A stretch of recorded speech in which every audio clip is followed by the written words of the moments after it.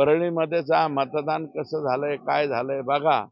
आणि आपोआप सगळं होत असल्यामुळं संपूर्णपणे मूकसंमती हे धनंजय मुंडे देत राहिले. त्यांचं पालकमंत्रीपद ते सांभाळत राहिले, त्यांचं कृषी मंत्रीपद ते सांभाळत राहिले. आणि याच्यामुळे पैसा आला, पैशातून मस्ती अंगात आली आणि मस्ती अंगात येऊन फक्त पैसाच दिसायला लागला. आणि पैसा सोडून दुसरं काहीही नाही.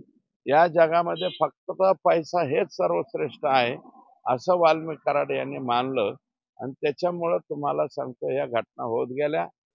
तो संपूर्णपणे अधिकार अजितदादांचा आहे. त्यांचा आता बहुतेक चेंडू त्यांनी त्यांच्या कोर्टात टाकलेलाच आहे ना, की बाबा माझ्यावरती टीका झालती, मी राजीनामा दिलता.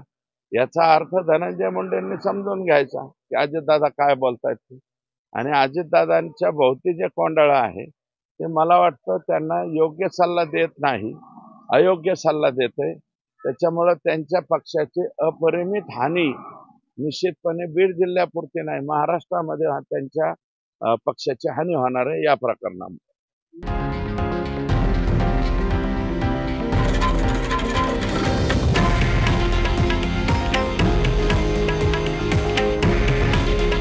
हे आहे देशातील नंबर 1 न्यूज नेटवर्क आणि आपण पाहत आहात TV9 मराठी.